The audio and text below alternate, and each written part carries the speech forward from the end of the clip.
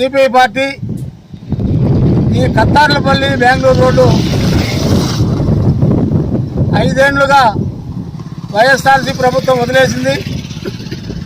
ఈ ప్రభుత్వం వచ్చిన తర్వాత ఈయన ప్రతిపక్షంలో ఉన్నప్పుడు మేము వస్తే రోడ్లు బ్రహ్మాండంగా వేస్తాము, సంక్రాంతికి అల్లుళ్ళు కొత్త అల్లుళ్ళు వస్తే రొయ్యని పోతారని చెప్పి ఆ రొయ్యి కాదు, కొత్త అల్లుళ్ళకి నడుములు ఇరిగిపోతాయి రోడ్లోకి వస్తే.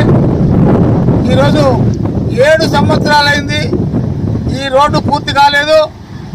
మొన్న మేము ధర్నా పెట్టినప్పుడు ఆర్ఎన్బి అధికారులు స్పందించి మాకు కాంట్రాక్ట్ ఇచ్చాము, ఆ కాంట్రాక్ట్ రాలేదు చెప్పడం జరిగింది.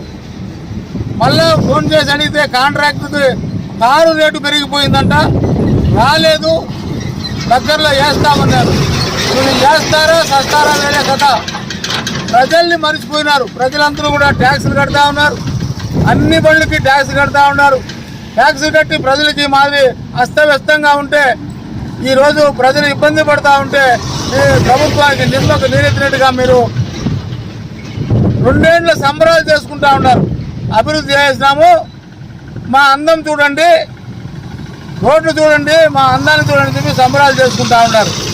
అయ్యా, ఈ రోడ్లు చూస్తే తక్కువచ్చేట్టుగా ఉంది, ప్రాణాలు పోయేట్టుగా ఉన్నాయి ప్రజలకి.